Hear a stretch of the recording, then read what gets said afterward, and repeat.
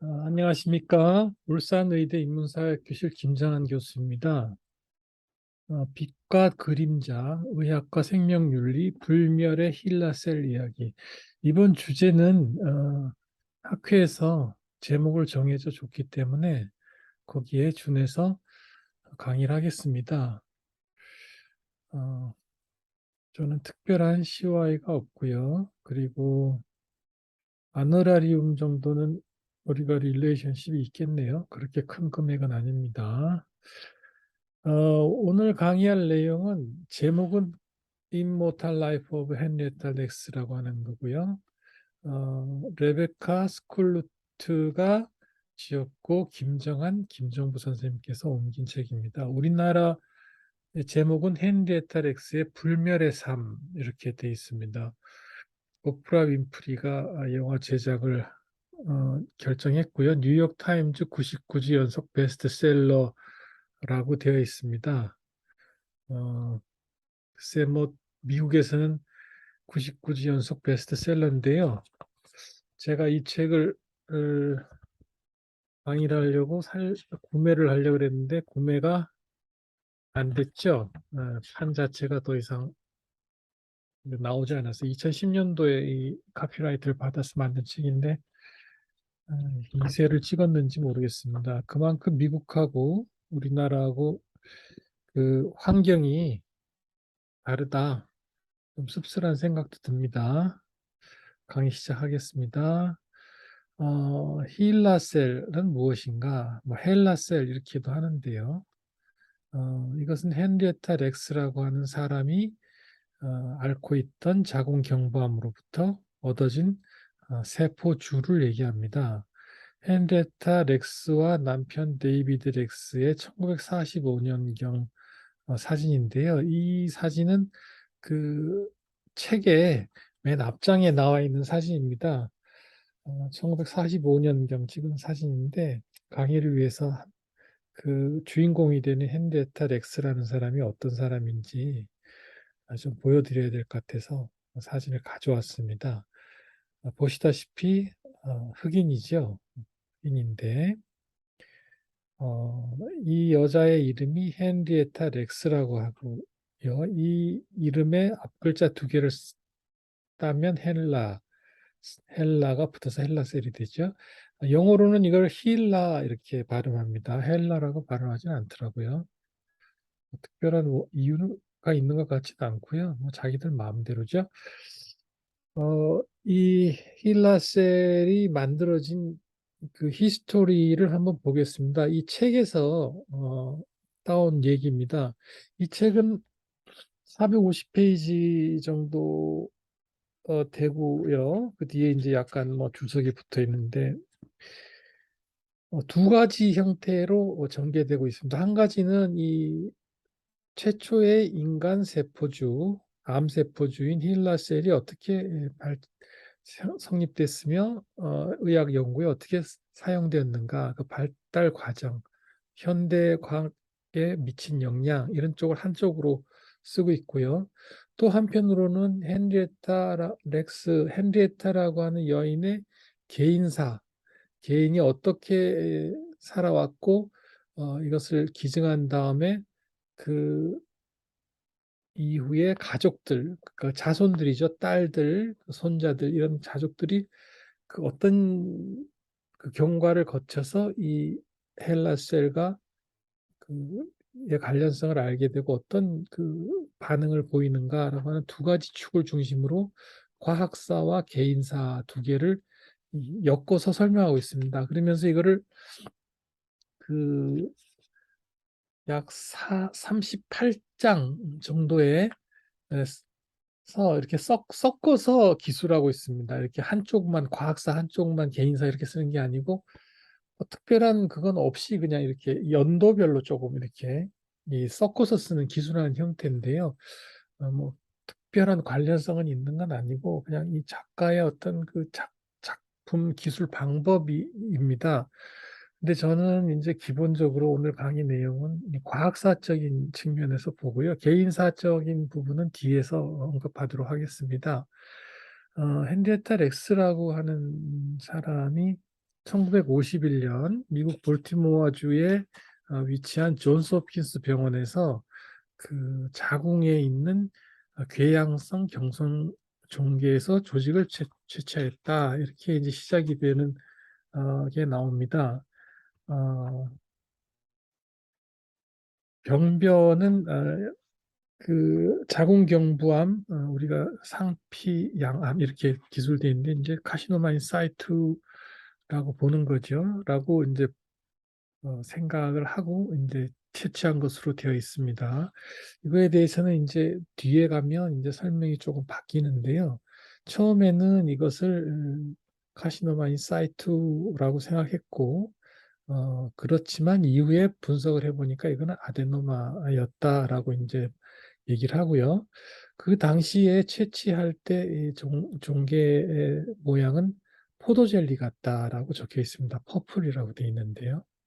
일반적으로 자궁경부암, 상피세포암은 슈가링 캔서라 그래서 자궁경부가 설탕을 덮어놓은 것처럼 하얗게 돼 있고, 그 당시에는 카시노마 인사이트와 인베이시브 캔서는 같은 암인가 아닌가에 대한 어떤 의학적 논쟁이 있었던 때라 그럽니다. 일반적으로 어, 인베이시브 캔서와 인사이트 캔서가 지금은 당연히 이 인사이트에서 인베이시브로 전이한다고 알고 있지만 그 당시에는 인사이트는 인베이시브 캔서로 전이하지 않는다라고 하는 의견이 뭐 과반이었다고 합니다. 이제 인사이트 진단이 잘못되었을 가능성이 있죠. 다른 이제 질병들이 들어와서 이제 인베이시브로 안 가는 걸 이제 잘못 판단할 수 있는데 이것이 이제 뒤에 바뀌게 됩니다. 바뀌게 되는데 이 당시에는 그런 이론이 있었기 때문에 그 의사에 따라서 인사이트 리전은 인베이시브한 수술을 하지 않는 또는 치료를 하지 않는 것이 또 하나의 의학적 스탠다드였다고 그럽니다. 근데 이 헨리에타를 진단한 의사는 뭐 이름은 있죠. 이름은 하워드 존스라는 사람인데요. 산부인과 의사인데 이분은 그 카시노마 인사이트라고 생각했음에도 상당히 인베이시브한 치료를 했다고 합니다. 그래서 조직을 채취한 다음에 헨리에타에 대해서 방사선 치료를 하게 됩니다. 방사선 치료는 라듐으로 채워진 튜브를 자궁경부에 넣고 적당한 위치에 꿰매어 고정한다라고 되어 있습니다. 이게 이제 방사선 치료가 되죠. 그리고 채취한 조직은 실험실로 보내서 조지 가이라는 사람에게 넘겨져서 조직 배양, 세포 배양에 사용하도록 합니다. 안타깝게도 이후에 암세포는 복부로 전이 되어 헨리에타는 사망하게 됩니다. 이런 과정들이 나와 있고요. 1900 세포주 성립에 대해서 알아보면 우리 지금은 현재로서는 흔히 알고 있는 세포주라고 하는 것이 사실은 1943년 미국 NIH에서 G세포를 이용한 세포주 셀 라인이 처음으로 성공됩니다. 1950년대에는 인간 세포를 이용한 셀 라인을 만들기 위한 연구가 과학계에서 나름 이제 첨단 분야였는데요. 그 당시에 조지 가이라는 사람이 이 연구를 존스 홉킨스 대학에서 하고 있었습니다.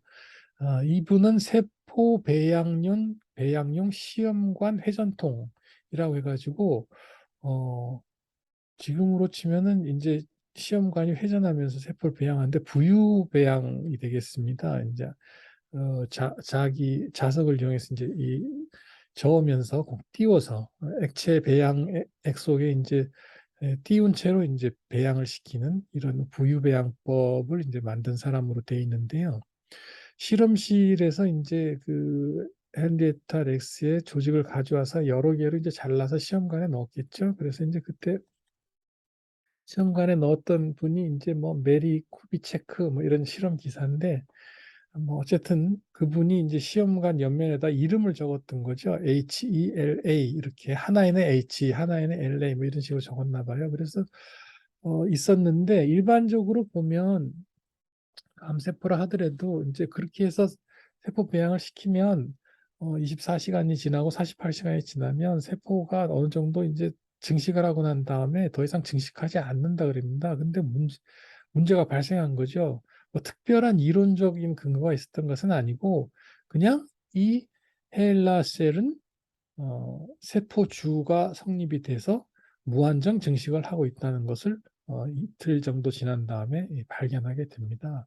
그래서 조지 가인은 조직을 제공받은 이후 3주가 지나서 볼티모어 지역 TB 특별 치료 프로그램에 출연해서 인체 세포주가 성립되었다라고 하는 것을 인터뷰하게 됩니다. 3주 만에 이제 대성공이 된 건데요. 그 이후에 이 가인은 타 연구자에게 헬라 세포를 무료로 제공하는 그런 이제 과정을 거치게 됩니다. 이 과정에서 렉스나 그녀의 가족 중 누구도 세포 추출에 대해서 허락을 받거나 또는 이후에도 동의를 구하는 것은 없었다고 합니다. 쭉 이제 개인사가 지나서 이제 과학사적으로 보면 1913장이 중요한데요. 헬라세포 공장이 만들어지게 됩니다. 1951년 말에 아주 재미있을까요? 전 세계적으로는 소아마비가 에피데믹하게 나오게 됩니다. 그래서 우리나라 지금 코로나처럼 학교가 이제 무기한 휴교에 들어가게 되는데요. 1952년 2월에 피츠버그 대학에서 조너스 솔크라는 사람이 세계 최초로 소아마비 백신을 개발했다고 발표합니다. 솔크 백신인데 문제는 이 당시에 이제 이 소아마비 백신이라고 하는 것을 이제 검증하는 방법이 없었다는 거죠. 우리가 지금 현재 알고 있는 그 식약처, FDA 이런 것들이 작동하기 전이니까 품목 허가나 이런 게 없었을 텐데 사태가 심각하니까 소아마비 백신을 쓰긴 써야 되는데 이것을 어떻게 효과를 검증할 것인가라는 게 이제 큰 문제로 나타났습니다. 그래서 이제 의학계에서 이제 한 게 이 책에 의하면 200만 어린이에게 백신을 투여하여 효과를 검증할 필요가 있었다라고 기술하고 있습니다. 조금 많은 숫자 같은데요.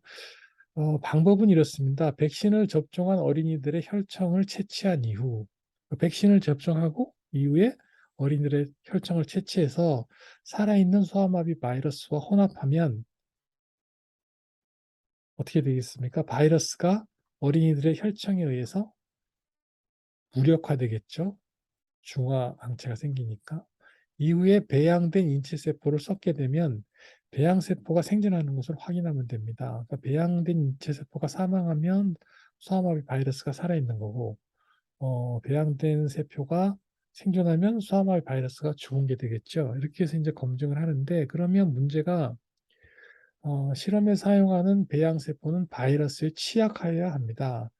근데 당시에 바이러스에 취약한 것, 특히 이제 폴리오 바이러스에 취약한 세포로는 원숭이 세포가 알려져 있었다고 합니다. 근데 비싸죠. 비싸서 이거는 이제 200만 개의 어떤 실험을 하기가 이제 사실 현실적으로 어려운데 이 헬라셀이 폴리오 바이러스에 취약하다는 것이 발견됩니다. 이건 어렵지 않죠. 폴리오 바이러스에다를 이제 헬라셀 배양액에다 넣으면 그 세포가 죽는지 더 계속 셀 라인이 유지되는지만 보면 되니까요.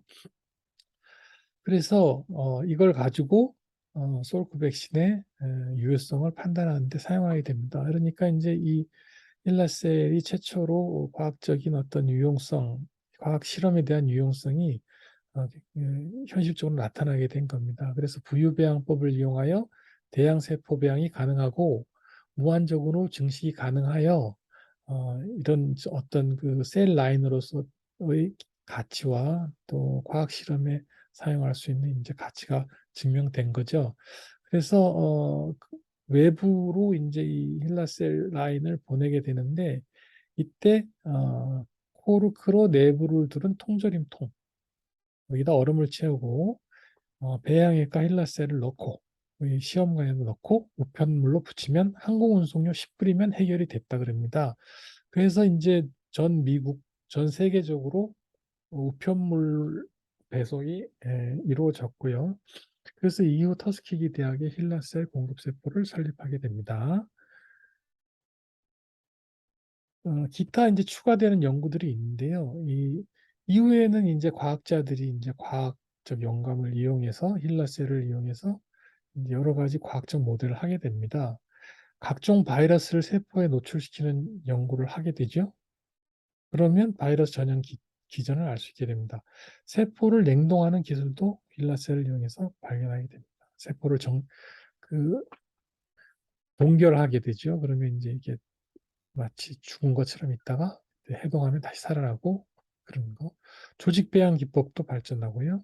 그다음에 이제 인체 유전학, 염색체가 46개라는 것도 힐러셀로 발견하고 이 밖에 염색체 수적 이상, 뭐 다운이라든지 터너라든지 이런 것들을 발견하게 됩니다. 방사선 노출과 세포 독성도 세포 손상 인정하게 되고요. 화장품 세포 독성에도 유용하게 됩니다. 결국 이제 갖가지 유용성이 발견되면서 세포 수요가 급증하게 됩니다. 그래서 메릴랜드주 베데스타의 마이크로바이올로지컬 어소시에이츠라고 하는 회사를 설립하게 됩니다. 제 17장으로 가면요.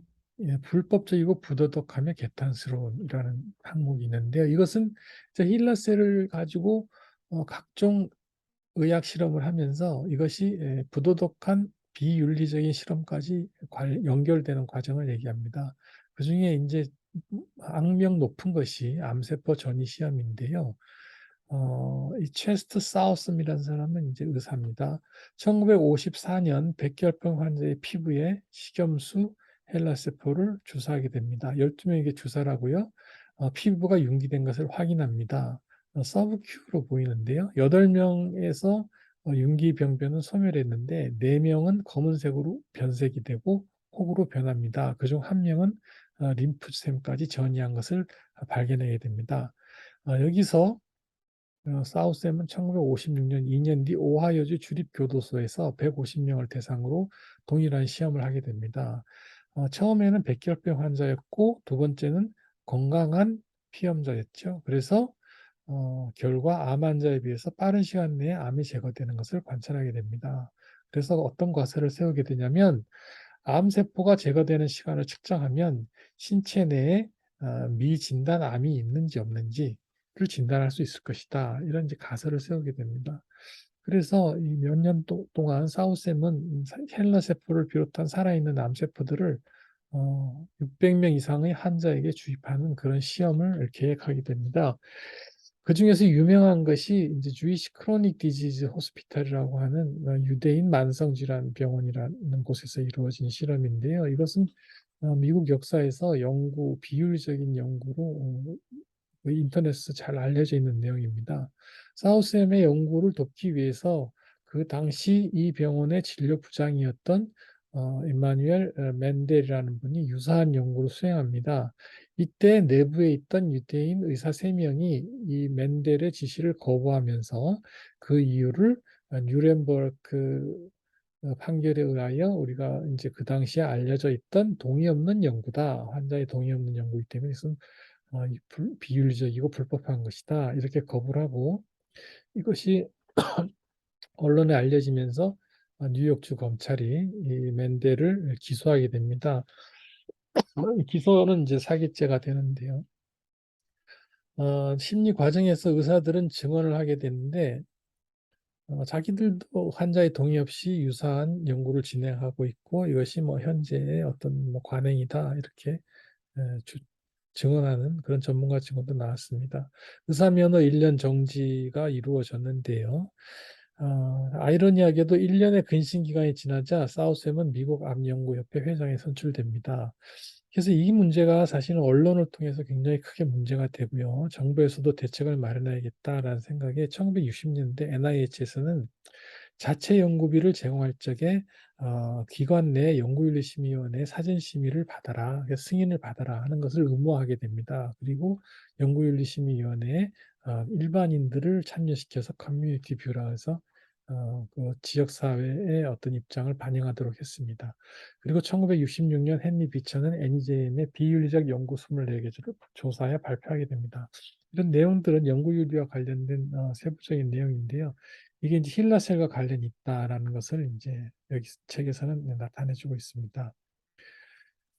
제 18장에서 또 재미있는 일이 나타나게 됩니다. 정말 회개한 잡종이라고 되어 있는데 1960년대 정상세포 연구 과정에서 암세포로 변형되는 과정을 관찰하는 연구 결과가 발표됩니다.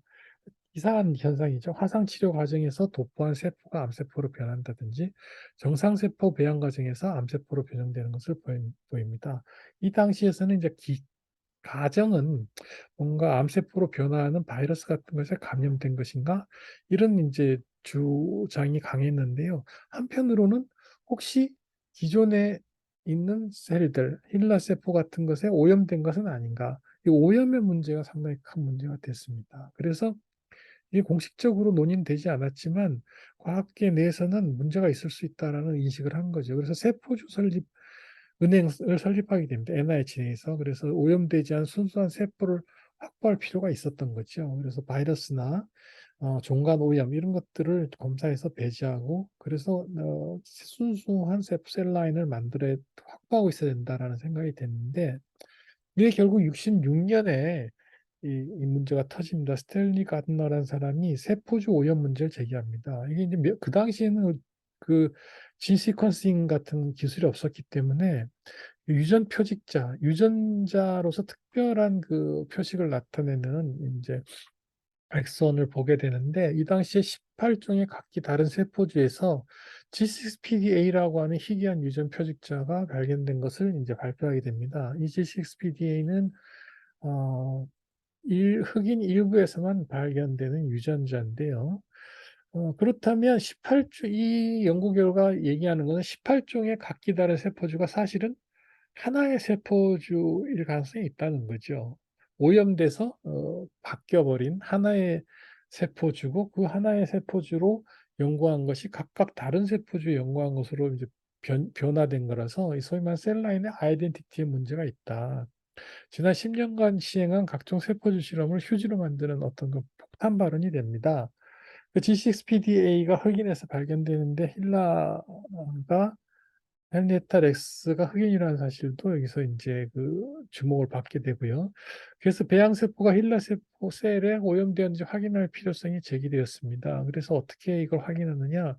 유전자 검사법을 이용해서 우리가 이제 유전자 표식을 찾아내는 형태로 연구를 진행하게 되는데 43개 정도 찾아내어 오염 여부 판단에 사용하도록 하였습니다. 이때도 가족의 동의 없이 연구 진행됐으며 의무 기록과 DNA 결과가 발표됩니다. 이것도 사실은 문제가 있다라고 지적을 하게 되죠.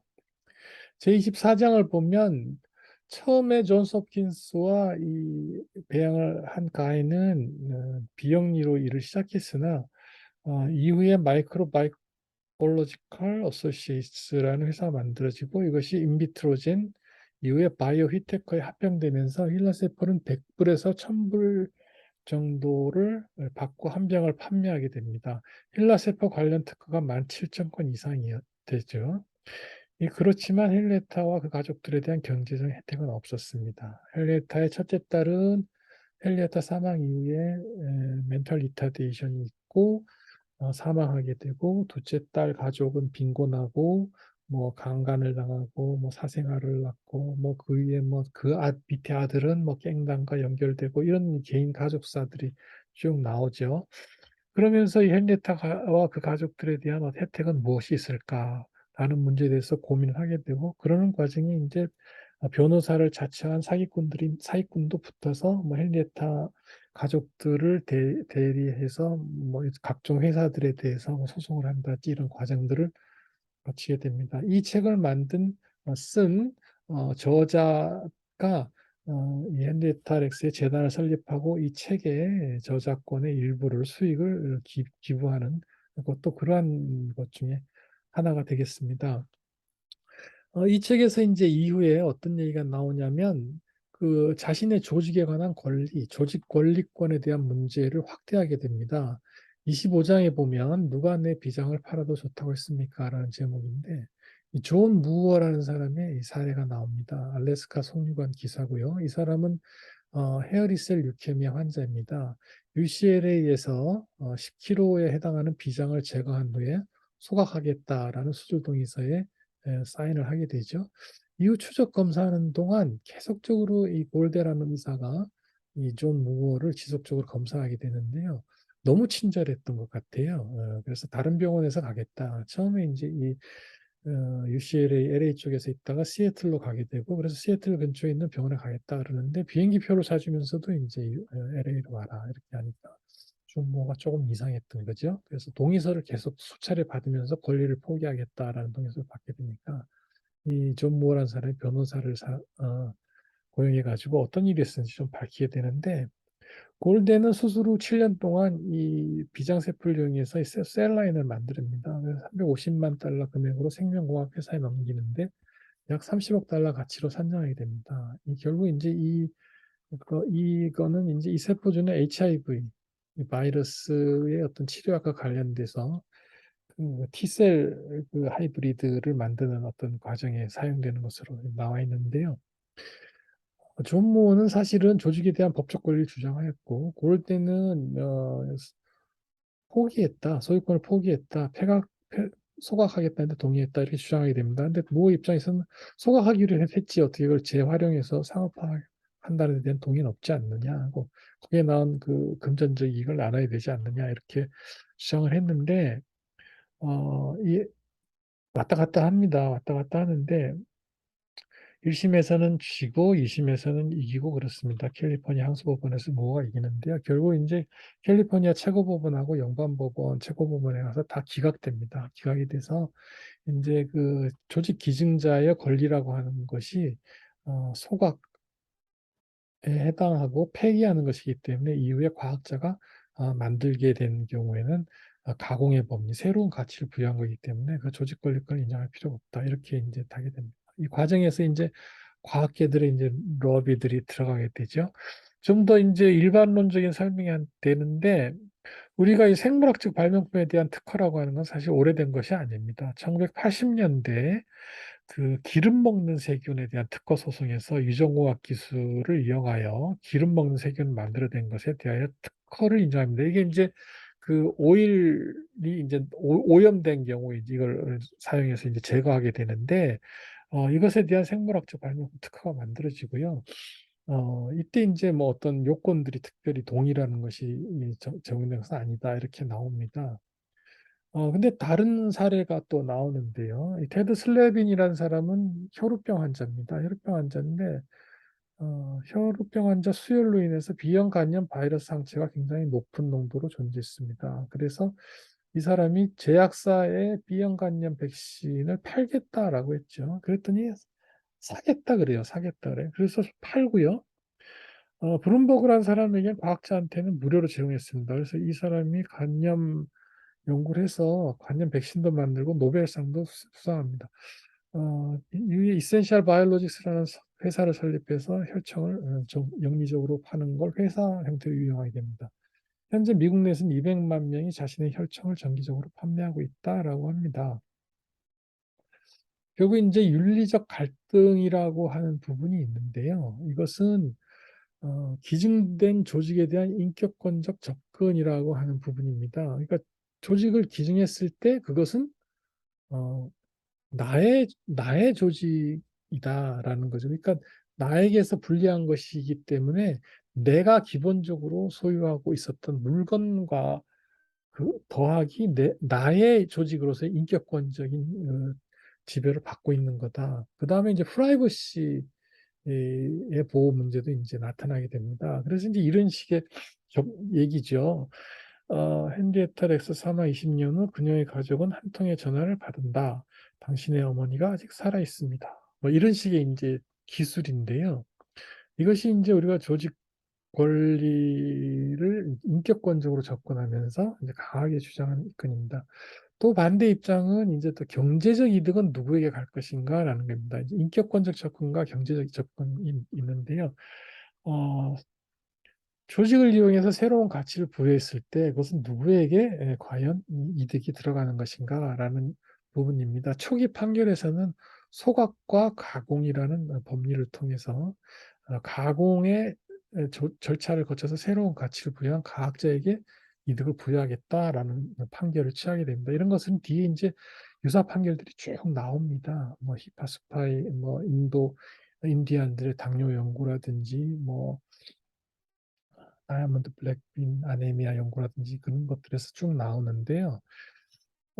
근데 이제 가공의 법리라고 하는 것을 준 거는 좋은데, 사실 이제 들여다 보면, 우리 NIH에서 셀라인을 만들었고, 이제 조직은행을 만드는데, 이건 다른 얘기입니다만, 그 경우는 NIH가 이제 그 셀라인을 분양할 때, 또는 조직을 분양할 때, 이제 우리가 소위 말하는 물질 이전 각서를 씁니다. Material Transfer Agreement라고 MTA라는 걸 쓰는데, 그 경우에 보면 그 사람들 계약서에 어떻게 합니까? 뒤에 가서 가공을 하더라도 기본적으로 원 제공자인 NIH 조직은행이 이와 관련된 권한을 보유한다라고 하는 걸 조항이 있죠. 이거 브레이크스루 라이트라고 하는데 이런 것들을 계속 유지하게 되는 거죠. 그러니까 앞서 얘기한 이센셜 바이올로직스와 마찬가지로 좀 더 영리한 사람이 경제적 이득을 가져가는 이런 구조가 과연 타당한가라는 어떤 그 윤리적 갈등 관계가 나타나게 되죠. 이후에 이런 것 때문에 영국에서 이제 퍼블릭 티슈 뱅킹 운동이 나타나게 됩니다. 그래서 조직을 기증하고 받는 과정에서 모든 권한을 기증하고 이를 기증받은 연구자가 만들어낸 모든 가치도 공공에게 주겠다라고 하는 그런 식의 이제 운동도 나타나게 됩니다. 이 부분은 사실은 이론적으로 오래된 역사를 갖고 있음에도 불구하고 이론적으로 아직 정립되지 않은 갈등 분야이고요. 어, 이런 내용들이 오늘 강의의 주요한 내용들이 되겠습니다. 이거 두 가지의 어떤 가치 중에서 과연 이것을 어떻게 접근할 것인가 하는 내용이 되겠습니다. 오늘 강의한 내용은 제가 조그만 유튜브를 하나 만들었는데요. 거기에 좀 더 상세하게 올릴 내용입니다. 김장한 팁인데요. 구독자가 아직 2명밖에 안 됩니다. 감사합니다.